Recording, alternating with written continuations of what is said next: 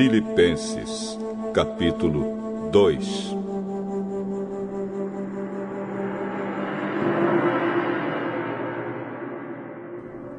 Por estarem unidos com Cristo, vocês são fortes. O amor dele os anima e vocês participam do Espírito de Deus. E também são bondosos e misericordiosos uns com os outros. Então peço que me deem a grande satisfação de viverem em harmonia, tendo um mesmo amor e sendo unidos de alma e mente. Não façam nada por interesse pessoal ou por desejos tolos de receber elogios, mas sejam humildes e considerem os outros superiores a vocês mesmos. Que ninguém procure somente os seus próprios interesses, mas também os dos outros. Tenham entre vocês o mesmo modo de pensar que Cristo Jesus tinha. Ele tinha a natureza de Deus, mas não tentou ficar igual a Deus. Pelo contrário, ele abriu mão de tudo que era seu e tomou a natureza de servo, tornando-se assim igual aos seres humanos. E, vivendo a vida comum de um ser humano, ele foi humilde e obedeceu a Deus até a morte de cruz. Por isso Deus deu a Jesus a mais alta honra e pôs nele o nome que é o mais importante de todos os nomes, para que, em homenagem ao nome de Jesus, todas as criaturas no céu, na terra e no mundo dos mortos caiam de joelhos e declarem abertamente que Jesus Cristo é o Senhor, para a glória de Deus, o Pai. Muito bem-vindos ao nosso estudo bíblico. Nós queremos fazê-lo em nome de nosso Senhor Jesus Cristo. Amém. Estimados amigos e amigas, o versículo 5 diz: tende em vós o mesmo sentimento que houve também em Cristo Jesus. O que é o sentimento de Cristo? Tende em vós o mesmo sentimento que houve em Cristo Jesus. Se nós devemos ter o mesmo sentimento de Cristo em nossas vidas, surge a pergunta: como podemos saber qual é este sentimento? E como podemos ter este mesmo sentimento em nossas vidas? O que é o sentimento de Cristo? Como podemos definir esse sentimento de Cristo? Será que é teoria ou é prática? Geralmente, teorias não têm muito sentido se não puderem ser externadas na prática, pois uma boa teoria é comprovada na prática. Concluímos que o sentimento de Cristo, que Cristo teve e continua tendo, é uma prática por excelência. O sentimento de Cristo é compaixão pelas pessoas. Sempre que Jesus se encontrava com as pessoas, ele via e enxergava as necessidades delas. A Bíblia diz que quando Jesus via a situação miserável em que a pessoa se encontrava, ele tinha compaixão dessa pessoa ou pessoas e fazia algo por ela. O verbo, para entendermos um pouco melhor no original grego, que descreve esse sentimento de Cristo diante das necessidades das pessoas, é splaxno, que significa intestino, vísceras, entranhas, um sentimento lá de dentro do coração. Estudar o significado deste verbo Em referência a Jesus, revela algo extraordinário a respeito da compaixão do Salvador, do sentimento profundo dele. Para Jesus, compaixão é literalmente algo que brota do mais profundo do interior, do mais íntimo dele para com as pessoas. Vejam bem, Jesus Cristo veio ao mundo e viu a situação miserável da humanidade, caída no pecado, afastada dele e pior, condenada ao inferno. Cristo viu isso e Cristo agiu. Ele veio, viu e agiu com compaixão dentro do tempo, assumiu o nosso lugar, vestiu nosso corpo, a nossa carne e carregou os nossos pecados em seu corpo, que o levaram para a morte em uma cruz miserável, no supremo ato de misericórdia por causa de quem ele é. Nós não poderíamos pagar, só ele podia. Seu sangue era puro e sem pecado. Ele é o Cordeiro servo sofredor. Ele pagou por profunda compaixão de todos nós, conforme registra o versículo 7 e 8.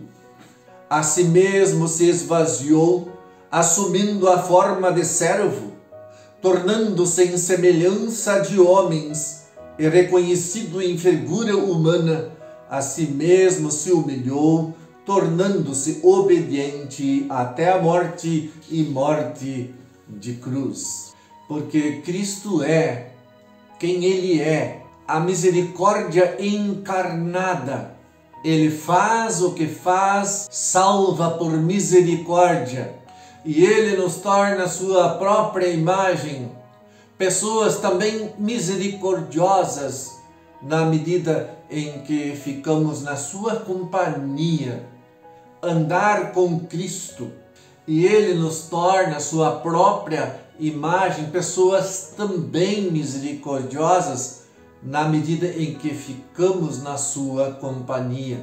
Andar com Cristo, e o que é isso?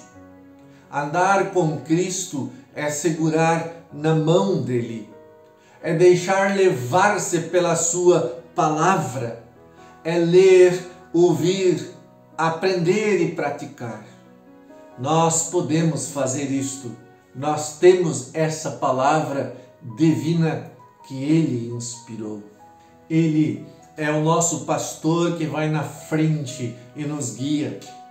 E como é bom ser ovelha desse pastor, que tem compaixão de nós, que tem misericórdia de nós. Quando pecamos, Ele nos perdoa, não 7 vezes, mas sempre.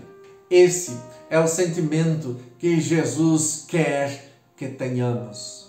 Você consegue entender isto? Consegue compreender como isto é bonito? Olha que interessante o que Jesus diz em Mateus capítulo 25, quando ele fala do juízo final, do grande julgamento. Ele diz: quando vier o Filho do Homem na sua majestade, todos os anjos com ele, então se assentará no trono da sua glória e todas as nações serão reunidas em sua presença. E ele separará uns dos outros, como o pastor separa dos cabritos as ovelhas. E porá as ovelhas à sua direita, mas os cabritos à esquerda. Então dirá o rei aos que estiverem à sua direita: vinde, benditos de meu Pai, entrai na posse do reino que vos está preparado desde a fundação do mundo. Porque tive fome e me destes de comer, tive sede e me destes de beber, era forasteiro e me hospedaste, estava nu e me vestistes, enfermo e me visitastes, preso e fostes ver-me. Então os justos vão perguntar: Senhor, quando que fizemos tudo isto? E a resposta do rei é: Em verdade vos afirmo que sempre que o fizestes a um destes meus pequeninos irmãos, a mim o fizeste. E aos injustos, aqueles que não fizerem isto, que não tinham misericórdia dos pequeninos de Cristo, dirá: em verdade vos digo que sempre que o deixastes de fazer a um destes mais pequeninos, a mim o deixastes de fazer. E irão para o castigo eterno, porém os justos para a vida eterna. É muito interessante quando uma pessoa ou uma congregação rejeita a compaixão, o indivíduo, a pessoa ou a congregação está rejeitando o próprio Cristo. Isso parece radical, mas é isso. É Jesus quem está dizendo. Nós queremos olhar agora o sentimento na prática. O verbo ter compaixão é usado 11 vezes nos evangelhos. 9 vezes o verbo aparece como uma ação atribuída a Jesus. E 2 vezes o verbo é usado como uma ação atribuída a personagens em parábolas contadas por Jesus. Sempre que o verbo aparece como uma convicção, um sentimento de Jesus, ou em personagens nas suas parábolas, há algo mais que acontece. Há uma ação, uma atitude consequente, há uma ação de misericórdia. A compaixão produz uma ação. O sentimento de Cristo faz acontecer algo. Em outras palavras, misericórdia sem atitude não existe. Nós temos muitos exemplos na vida de Jesus. Em Mateus capítulo 9, versículo 35 em diante, nós lemos assim: e percorria Jesus todas as cidades e povoados, ensinando nas sinagogas, pregando o evangelho do reino e curando toda sorte de doenças e enfermidades. E na sequência da compaixão veio a ação de Jesus no versículo 37. Diz: e então se dirigiu aos seus discípulos: a seara na verdade é grande, mas os trabalhadores são poucos. Rogai, pois, ao Senhor da seara que mande trabalhadores para a sua seara. Rogai. Oração é uma ação onde peço a ajuda de Deus para a ação que eu vou realizar. Em Mateus capítulo 14, versículo 13 ao versículo 21, nós temos o texto onde Jesus alimenta 5.000 pessoas. Vemos a compaixão. Desembarcando, viu Jesus uma grande multidão, compadeceu-se dela e curou os seus enfermos. E antes de despedir essa multidão, ele viu que esta multidão estava também com fome e não despediu a multidão vazios. Os discípulos só tinham encontrado 5 pães e 2 peixinhos. E Jesus, erguendo os olhos para os céus, abençoou. Depois, tendo partido os pães, deu-os aos discípulos e estes às multidões. Todos comeram e se fartaram.